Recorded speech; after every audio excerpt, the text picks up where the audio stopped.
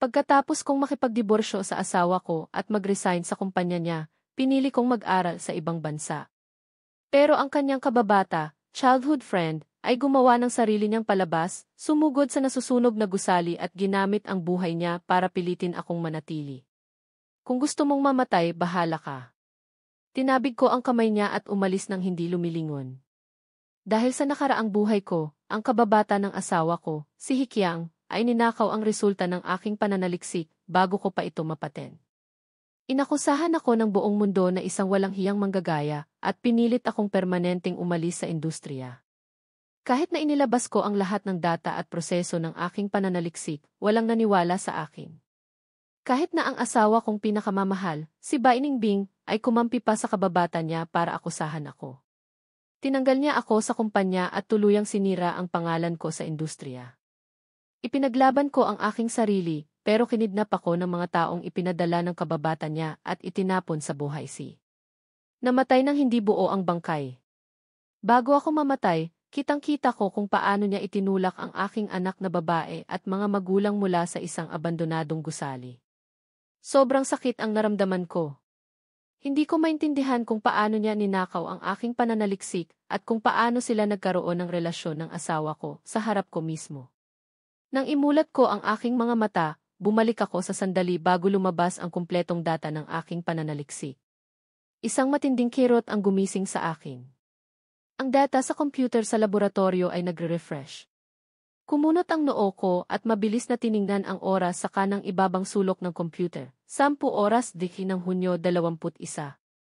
Hindi ba't ito ang oras na lalabas ang kumpletong data ng aking pananaliksik?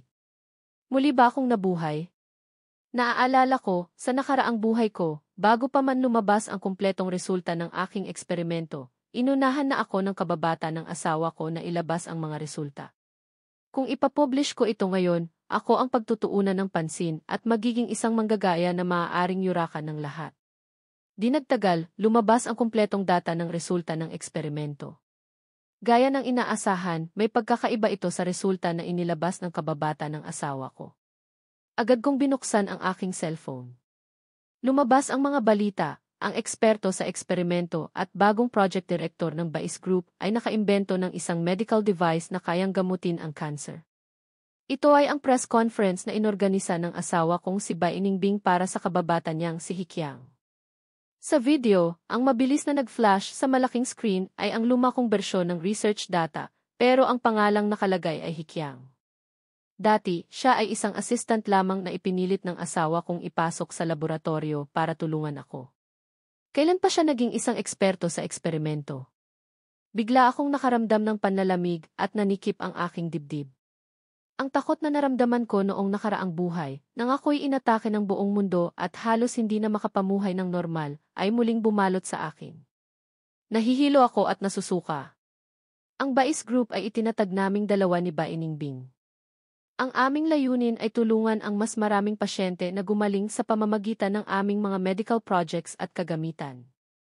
Dahil dito, palagi akong nasa laboratorio, madalas ay hindi na nakakakain, kaya nagkaroon ako ng sakit sa tiyan. Laging sinasabi ni Bai Ningbing, mahal, nagsasakripisyo ka para sa kumpanya at sa ating pangarap.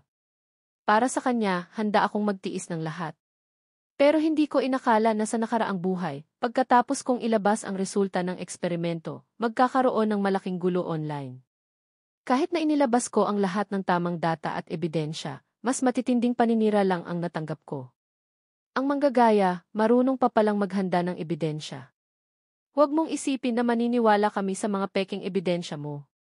Pati ba naman sa research ng medical device, nangungopya pa? Walang hiya. Mabuti pang mamatay ka na lang.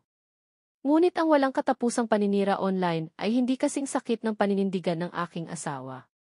Hindi lang siya hindi naniwala sa akin, tinulungan pa niya si Hikyang na akusahan ako. Fang Yuan, bilang isang senior sa kumpanya at sa laboratorio, paano mo nagawa ang ganitong pagkakamali?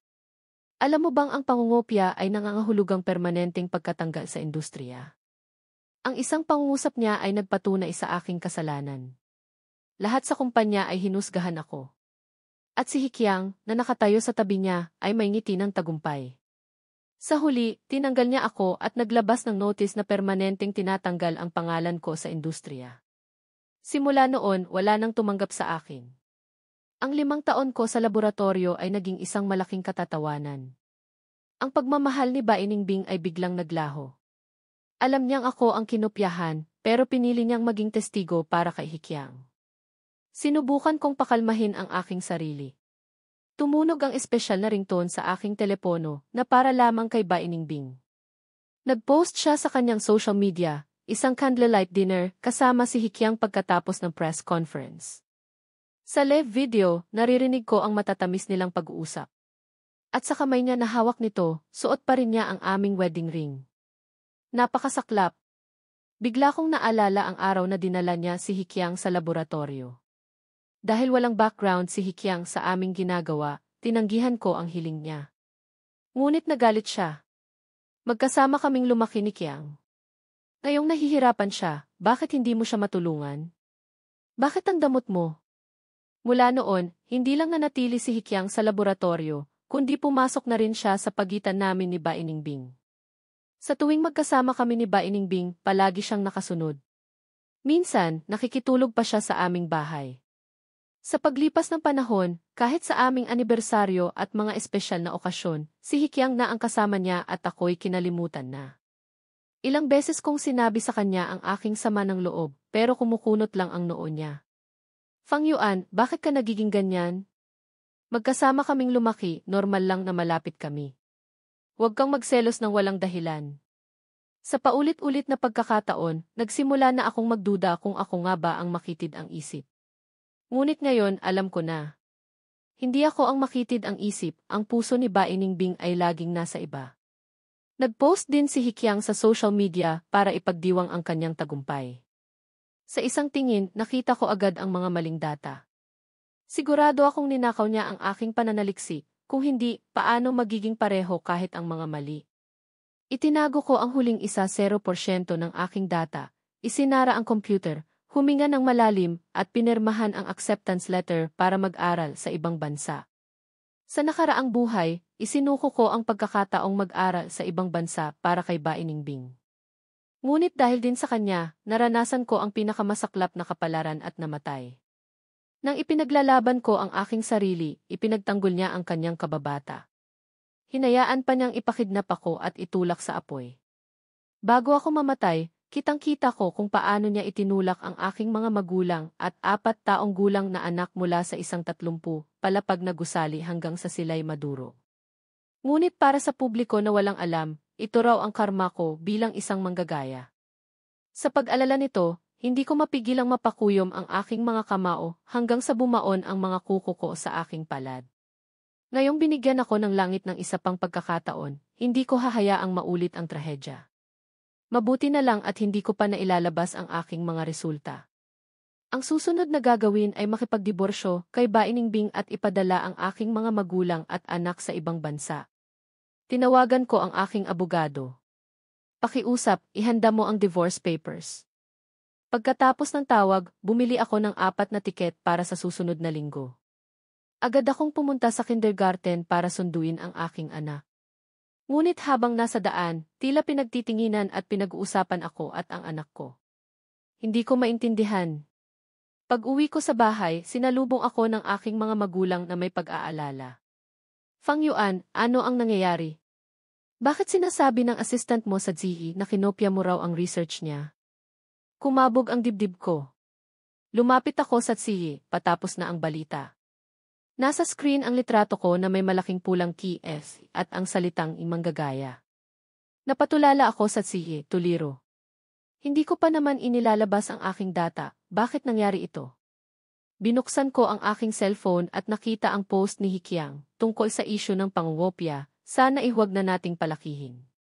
Asawa siya ng matalikong kaibigan at ayokong sirain ang relasyon nila. Patuloy akong magsisikap sa aking pananaliksik. Salamat sa lahat. Nanginginig ang kamay ko.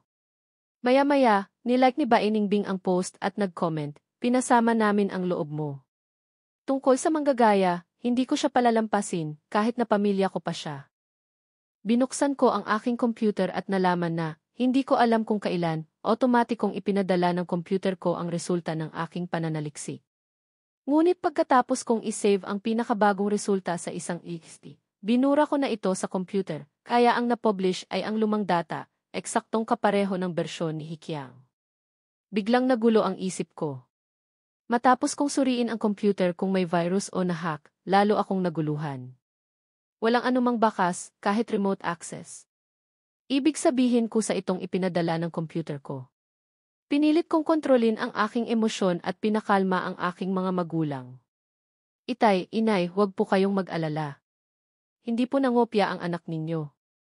Sinisiraan lang po ako. Aayusin ko po ito. Nagkatinginan ang aking mga magulang, tila may gustong sabihin, ngunit ayaw nang dumagdag sa problema. Binuhat nila ang aking anak. Apo, halika, babasahan ka namin ni Lola ng kwento. Habang pinagmamasdan ko sila, napahinga ako ng maluwag. Mabuti na lang at may pagkakataon pa ako. Fang Yuan. Narinig ko ang galit na boses ni Ba Iningbing. Lumingon ako. Pumasok siya na galit, kasunod si Hikiang. Bago pa ako makapagsalita, sinugod niya ako at sinampal ng malakas. Alam mo ba kung gaano kalaki ang epekto ng issue ng pangungopyang ito sa stocks ng Bais Group? Ang kanyang tono ay tila kasalanan ko ang lahat. Isang matinding galit ang umakyat mula sa aking dibdib. Itinulak ko siya palayo. Lumapit si Hikiang para alalayan si Ba Iningbing at sinabi sa isang mapagkunwaring tono, Kuya Fang Yuan, paano mo nagagawang saktan si Ningbing? Kasalanan mo naman talaga ito. Nag-aalala lang naman si Ningbing para sa kumpanya. Nang makita ko ang kanyang pagkukunwari, nasuklam ako at napatawa ng malamig. Ako, si Fang Yuan, mangungopya sa isang walang alam na tulad mo. Para malaman ang katotohanan, pinigilan ko ang aking galit at tiningnan si Ba Iningbing. Sabihin mo na. Bakit ka nandito? Marahil ay nagulat si Ba Iningbing sa diretsahan kong reaksyon. Tumingala siya, at sa kanyang mga mata ay maihalong pagtataka, ngunit agad itong napalitan ng isang utos. Napakalaki ng pinsalang idinulot mo sa kumpanya. Magdaraos ako ng press conference bukas.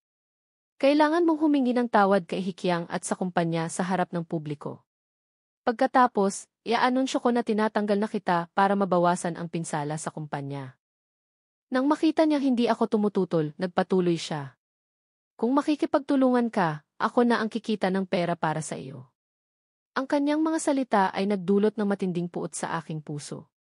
Noong siya ay walang-wala, ako ang nagbigay ng pera para tulungan siyang magsimula at gawin ang gusto niya. Ngayon, para sa ibang lalaki, handa siyang hayaan akong dalhin ang kahihiyan habang buhay at husgahan ng lahat. Nang maisip ko na ang press conference na ito ay maaaring ang pagkakataon kong ilantad si Hikiang, pinigilan ko ang aking emosyon at tumango.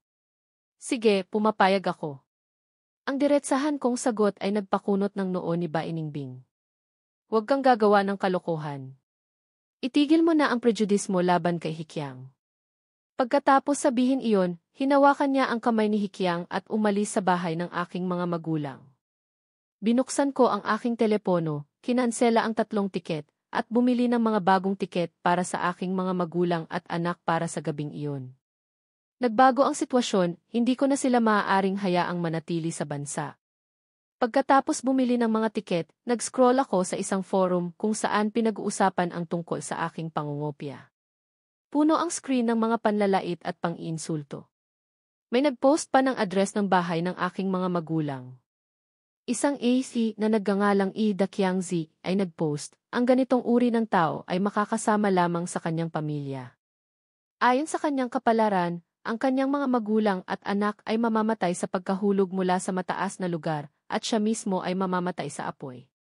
Kinabahan ako. Agad kong sinuri ang address ng taong iyon, ito ay ang aming bahay ni Ba Iningbing. Si Hikiang nga. Mahigpit kong kinuyom ang aking mga kamao at lihim na nanumpa na hindi ko siya palalampasin. Kinagabihan, lihim kong ipinadala ang aking mga magulang at anak sa ibang bansa. Gumaan ang loob ko at nagsimulang mangolekta ng lahat ng ebidensya na magpapatunay na si Hikiang ay nanggopya sa aking eksperimento. Ang maling data ay magdudulot ng mga problema sa paggamot ng mga pasyente. Mabuti na lang at ang device ay nasa experimental stage pa lamang at hindi pa direktang ginagamit sa mga tao. Nakaisip ako ng solusyon. Tinawagan ko ang isang dating kasamahan sa laboratorio na malapit sa akin at napag-usapan namin ang plano. Nang mag-umaga na, nag-ayos ako at pumunta sa press conference. Lahat ng tao sa paligid ko ay pinagtitinginan ako. Iyan ang walang hiyang manggagaya. Hindi ba't asawa iyan ni Emmett Bay? Sa tingin ko, isa lang siyang lalaking umaasa sa babae. Sayang lang ang hangin sa mga taong tulad niya. Saan man ako magpunta, puro panlalait ang natatanggap ko. May mga nagbato pa sa akin. Nang makita ko ni Baining Bing, hindi maganda ang ipinakita niyang mukha sa akin. Paulit-ulit niya akong pinaalalahanan, tandaan mo kung ano ang dapat mong gawin ngayon. Huwag kang gagawa ng anuman na hindi kailangan. Huwag kang magsasalita ng anumang hindi kailangan. Nagsimula ang press conference. Tumama ang spotlight. Si Hikiang ay nakatayo sa tabi ni Baining Bing, namumula ang mga mata, nakasuot ng magandang suit. Samantalang ako ay mukhang pagod. Ang mga tao sa ibaba ng entablado ay puno ng awa para sa kanya at puno ng galit para sa akin. Hawak ni Baining Bing ang mikropono. Paumanhin sa lahat. Nagkaroon ng isyu ng pangungopya sa loob ng Bais Group. Una sa lahat, ito ay responsibilidad ko bilang boss. Pagkatapos niyang magsalita, yumuko siya ng malalim. Nalaman ko na ang buong katotohanan. Ngayon, bibigyan ko ng paliwanag ang lahat. Kinuha ni Hikiang ang mikropono sa tabi niya at nagsalita. Ako rin ay may responsibilidad dito. Ang data ng eksperimento ay dapat na mahigpit na itinatago. Dahil sa tiwala ko, ipinakita ko ito kay Kuya Fang Yuan, kaya nagkaroon ng iskandalo sa kumpanya. Paumanhin sa lahat. Nagpatuloy si Baining Bing, ang nangopya ay tunay ngang aking asawa. Nandito siya ngayon para taos-pusong humingi ng tawad kay Professor He. Nang marinig kong tinawag niyang ki-professor, si Hikiang, hindi ko mapigilang mapangisi. Pabulong na sinabi sa akin ni Baining Bing, ikaw na ang magsasalita. Tinulak niya ako papunta sa harap. Inayos ko ang aking damit, kinuha ang mikropono, at kalmadong sinabi, totoong may nangopya. Ngunit ang totoong nanggopya ay si Hikiang. Nagkaroon ng kaguluhan sa ibaba. Ngunit hindi ko binigyan ng pagkakataon ang sinuman na magsalita at nagpatuloy ako. Ang medical device ay gagamitin sa mga pasyente. Ngunit ang kinopya ni Hikiang ay hindi ang aking pinakabagong bersyon ng data. Ang bersyon na ninakaw niya ay may mga pagkakamali. Maaari ninyong panoorin ang video ng eksperimento sa likod ko. Pagkatapos kong magsalita, biglang lumitaw sa malaking screen sa likod ko ang isang video ng eksperimento na ginagamot ang isang daga gamit ang medical device. Sa video, ako at ang aking kasamahan ay nagpasok ng 2 set ng data sa device, ang aking pinakabagong data at ang maling data na inilabas ni Hikiang. Di nagtagal, ang daga na ginamot gamit ang data ni Hikiang ay bumagsak sa sahig at bumubula ang bibig. Samantalang ang daga na ginamot gamit ang aking data ay unti-unting nakatayo at nakatakbo na nagpapakita ng malinaw na senyales ng paggaling. Lahat ng tao sa press conference ay nagulat at nagsimulang magbulungan. Naging napakapangit ng mukha ni Hikiang. Si Baining Bing ay puno rin ng pagkabigla, halos hindi makapaniwala sa nakikita. Ngumiti ako ng bahagya, iwinagayway ang aking kamay, at ang lahat ng data at proseso ng eksperimento ay lumitaw sa screen sa likod ko. Sinabi ko sa mga reporter, ito ang lahat ng aking draft data mula nang simulan ko ang proyektong ito. Si Hikiang ay dati kong assistant. Ayoko sanang palakihin ang isyu ng pangungopya, ngunit ang kinopya niya ay maling data. Ito ay tungkol sa buhay ng mga pasyente. Hindi ko maaaring hayaang kumalat sa merkado ang isang device na may maling data. Ang mga reporter ay tila naantig sa aking mga salita. Fang, bilang isang mananaliksik ng medical device, napaka-responsable mo. Para sa mga taong tulad ko na may mga kamag-anak na may cancer, ang pinakahihiling namin ay ang paggaling ng aming mga mahal sa buhay, at ang pinakakinatatakutan namin ay ang mga medical accidents. Hindi ko maisip kung ano ang mangyayari kung hahayaan ng manggagayang ito na kumalat ang maling data. Ilang pamilya ang mawawala ng pag-asa. Ang kanyang mga salita ay agad na nag-udyok sa simpatya ng lahat. Nagsimula silang lahat na sisihin si Hikiang. Biglang nataranta si Hikiang. Hindi totoo. Huwag kayong maniwala sa sinasabi ng manggagayang iyan. Ngunit halos hindi na niya kontrolado ang sitwasyon. Ang mga reporter at ang mga tao ay nagsimulang dumugin siya. Tumingin siya kay Bainingbing na parang humihingi ng tulong. Pabulong na tinanong siya ni Bainingbing, nagsinungaling ka sa akin. Hindi ba't sinabi mo na ikaw mismo ang gumawa ng lahat ng pananaliksik na ito? Hindi ko mapigilang mapangisi sa aking isipan. Paano naging ganito katanga si Bainingbing? Si Hikiang, na walang alam, ay nagsabing ito ay sarili niyang pananaliksik at naniwala siya. Ngunit kung iisipin, handa siyang maniwala sa kanya. Kahit gaano pa kaimposible ang isang bagay, hahanap siya ng dahilan para sa kanya. Ngunit wala na akong pakialam sa mga ito. Nagsimula na namang magpaawa si Hikiang. Hinawakan niya ang braso ni Bainingbing. Ningbing, ipapaliwanag ko ito sa iyo mamaya. Magkasama tayong lumaki. Hindi mo ako maaaring iwan ngayon. Naaalala mo ba noong bata pa tayo, nalunod ka sa ilog at ako ang nagligtas sa iyo? Kung hindi mo ako tutulungan ngayon, mamamatay na lang talaga ako. Muling lumambot ang tingin ni Bainingbing. Akmang magsalita na siya para tulungan si Hikiang ng isang reporter ang nagtanong ng matalas, Jinlis Bai, kasabwat ka rin ba ng manggagaya?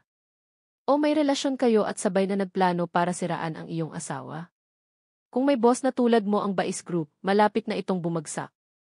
Nag-ingay ang mga reporter. Hindi alam ni Bainingbing kung ano ang sasabihin. Tumakbo siya at hinawakan ang braso ko. Fang Yuan, sigurado akong may hindi pagkakaunawaan dito. Sabihin mo sa kanila. Maaari nating ayusin ito ng pribado. Wala kaming relasyon ni Hikiang. Mag-asawa pa rin tayo. Hindi pa siya tapos magsalita, inabot ko sa kanya ang inihanda kong divorce agreement.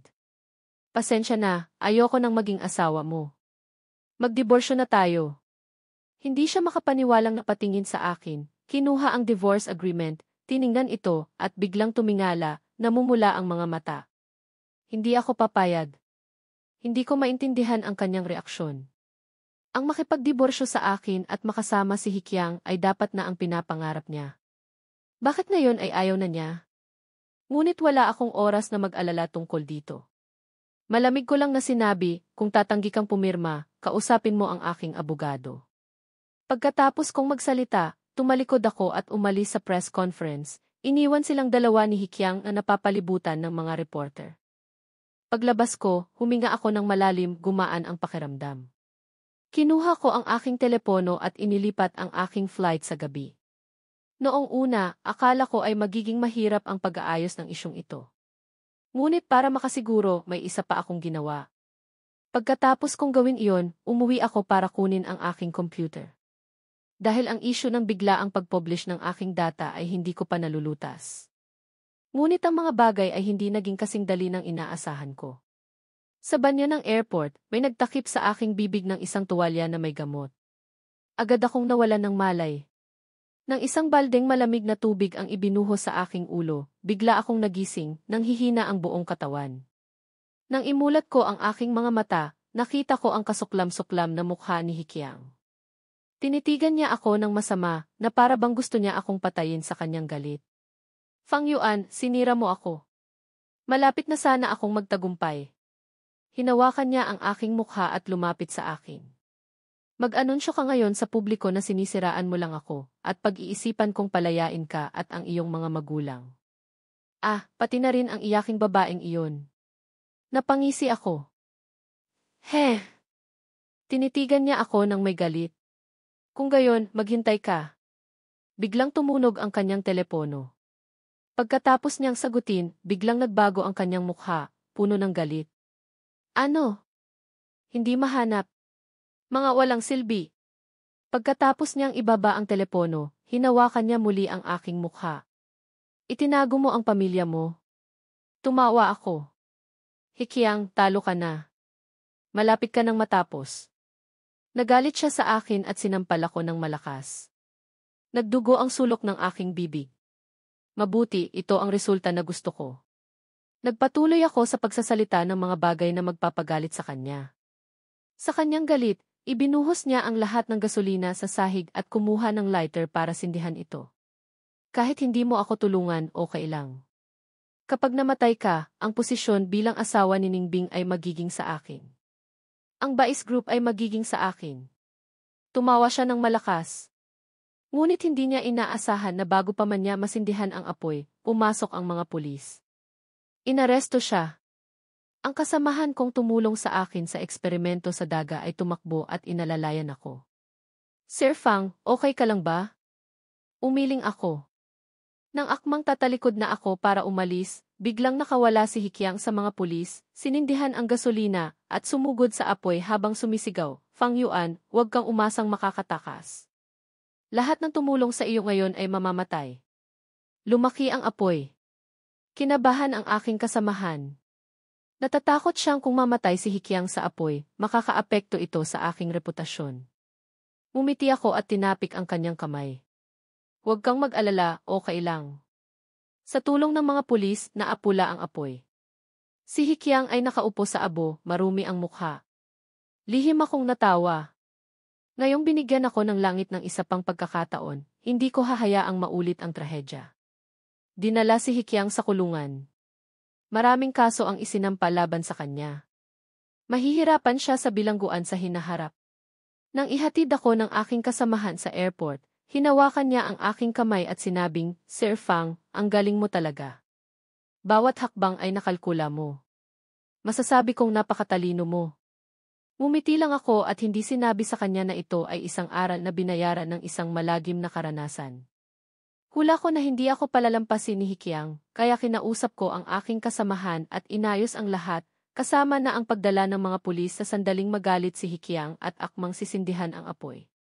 Ang tamang tiyempo ng pagpasok nila. Ang pagpapanagot lamang sa kanya sa batas ang makapagbibigay katarungan sa paghihirap ng aking mga magulang at anak sa nakaraang buhay. Sa sandaling sumakay ako sa eroplano, puno ng pag-asa ang aking puso, umaasang muling makasama ang aking mga magulang at anak. Ngunit hindi ko alam na pagkatapos kong umalis, naging magulo ang buhay ni Bai Ningbing. Dahil sa isyu ng pangungopia ni Hikyang na nalantad sa press conference, inakala ng lahat na ito ay dahil sa pagpapabaya ni Bai Ningbing. May mga chismis pa na sila ni Hikyang ay magkasabwat. Bumagsak ang stocks ng Bais Group, at lahat ng matatandang shareholders ay gustong patalsikin si Bai Ningbing. Nangako si Bai Ningbing na babaguhin niya ang sitwasyon sa loob ng 3 araw, kung hindi ay siya mismo ang aalis. Ngunit 3 araw siyang nag-overtime sa opisina, kahit doon na natulog, ay hindi pa rin siya nakahanap ng solusyon. Sa panahong ito, walang tigil siyang nagpapadala ng mensahe sa akin. Fang Yuan, talaga bang matitiis mong makitang bumagsak ang Bais Group? Pwede mo ba akong tulungang iligtas ito? Inaamin ko, medyo naging malapit ako kay Hikyang, pero dahil lang iyon sa iniligtas niya ako. Dati. Kung hindi, matagal na akong nalunod. Bakit hindi mo ako maintindihan? Isipin mo ang ating anak. Napakabata pa niya. Gusto mo ba siyang lumaki sa isang sirang pamilya? Nang makita ko ang mensaheng ito, agad ko siyang blinok at binura. Hindi siya kailanman naging isang responsableng ina. Ang lahat ng bagay tungkol sa aming anak ay kailangang magbigay daan sa mga bagay na may kinalaman kay Hikyang. Sa nakaraang buhay, kung hindi dahil sa kanyang pagpapabaya, paano makikidnap ni Hikyang ang aming anak? Ngayon, sinasabi niya lang ito para gamitin ang bata para kaawaan ko siya at tulungan. Nang si Bai Ningbing ay gulong-gulo, muli siyang nagpadala ng mensahe sa akin, ngunit isang malaking pulang exclamation point na lang ang kanyang natanggap. Sa unang pagkakataon, naramdaman niya ang sobrang kawalan ng pag-asa. Sa pagbabalik tanaw, sa loob ng maraming taon, maraming pinagdaanan ang kumpanya, at sa bawat pagkakataon, ako ang tumutulong sa kanya na lutasin ang mga problema. Sa wakas, hindi na niya napigilang humagulgol. Mabilis na dumating ang 3 araw. Pinalayas siya ng mga shareholders mula sa Bais Group. Noong una, gusto niyang gamitin ang aking shares para ipaglaban ang kanyang posisyon dahil ang aking shares ay may malaking kapangyarihan. Ngunit sa huli, nalaman niyang matagal ko nang inilipat ang aking shares sa iba. Umuwi siyang tuliro, ngunit natagpuan niyang walang tao sa bahay. Nang kontakin niya ang yaya, nalaman niyang matagal na akong umalis kasama ang aming anak. Doon niya napagtanto na sa mahabang panahon, nasa opisina siya o nasa bahay ni Hikyang. Matagal na niyang hindi nakikita ang sarili niyang anak. Bago pa siya makabawi, nakatanggap siya ng subwena mula sa korte. Isang subwena para sa kasong diborsyo. Natakot si Bai Ningbing sa kaso, dahil alam niyang kung pipirmahan niya ang divorce agreement, maaaring may maiiwan pa siyang ari-arian. Ngunit kapag umabot sa korte, halos wala siyang makukuha. Sa loob ng maraming taon, ang kita ng kumpanya at ang mga gastusin sa bahay ay halos lahat galing sa akin. Samantalang siya, puro lang mga ideyang walang katuturan ang inilalabas. Kaya't hinanap niya ang divorce agreement mula sa araw na iyon at walang ganang pinirmahan ito. Tumulo ang kanyang mga luha sa kanyang pangalan. Nagsisi si Bai Ningbing. Ngayon, wala na siyang lahat. Dati, nasa kanya na ang lahat ng magagandang bagay sa mundo, ngunit nagbago ang lahat. Naalala niya si Hikyang. Lahat ng ito ay dahil kay Hikyang. Ginamit niya ang pagligtas sa kanya noong bata pa sila para humingi ng kung ano-anong hindi makatwirang bagay. Tinawagan niya si Hikyang ngunit walang sumasagot. Matapos magtanong-tanong, nalaman niyang si Hikyang ay inaresto dahil sa kidnapping at pananakit. Nang makita niya ang video ng eksena noong araw na iyon, umakyat ang kanyang galit. Pinabayaan niya ito, ngunit hindi niya kailanman inisip na palitan ako nito. Sa kanyang galit, pumunta siya sa kulungan. Nagliwanag ang mga mata ni Hikyang, iniisip na si Bai Ningbing ay dumating para iligtas siya, ngunit hindi niya inaasahan na dumating siya para sisihin siya. Nag-away sila sa loob. Pagkaalis ni Bai Ningbing, lalo siyang nalungkot. Iniisip niyang ang dahilan ng aking biglaang pag-alis ay dahil kay Hikyang. Kaya gumastos siya ng kaunting pera para gawing masaya ang buhay ni Hikyang sa loob ng kulungan. Di nagtagal, si Hikyang ay binugbog hanggang sa magdugo sa loob ng kulungan at hindi na muling makakaganap bilang lalaki. Nang malaman ni Bai Ningbing na nag-aaral ako sa ibang bansa, bumili siya ng tiket at sumunod. Sa wakas, natanggap ko ang aking divorce certificate. Sa araw na iyon, nagkaroon ng malaking family event ang paaralan kung saan ako nag-aaral. Isinama ko ang aking mga magulang at anak. Sumali kami sa maraming mga aktibidad na naghahalo ng kultura ng kanluran at silangan.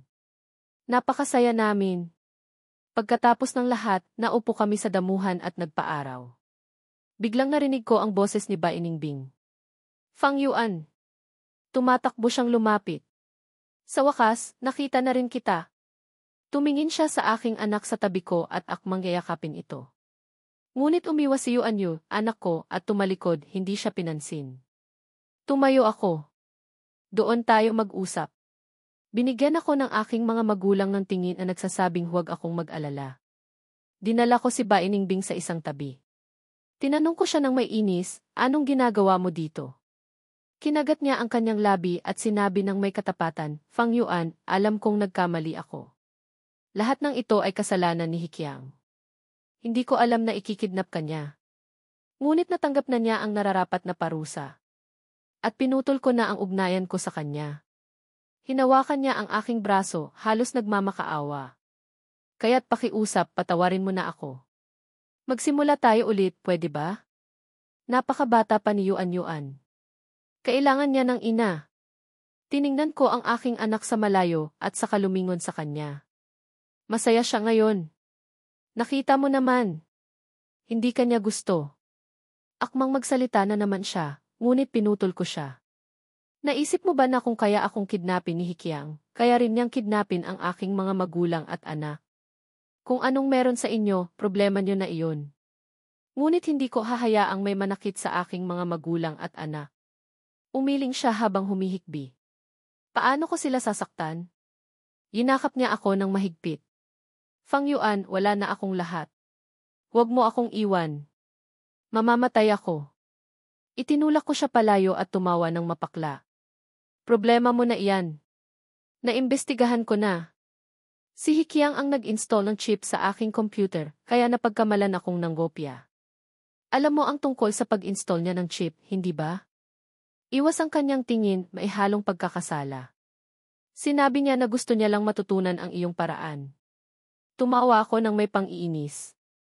Alam mo ang lahat, ngunit hinayaan mo pa ring mangyari. Kaya wala na tayong dapat pag-usapan. Tumalikod ako at umalis.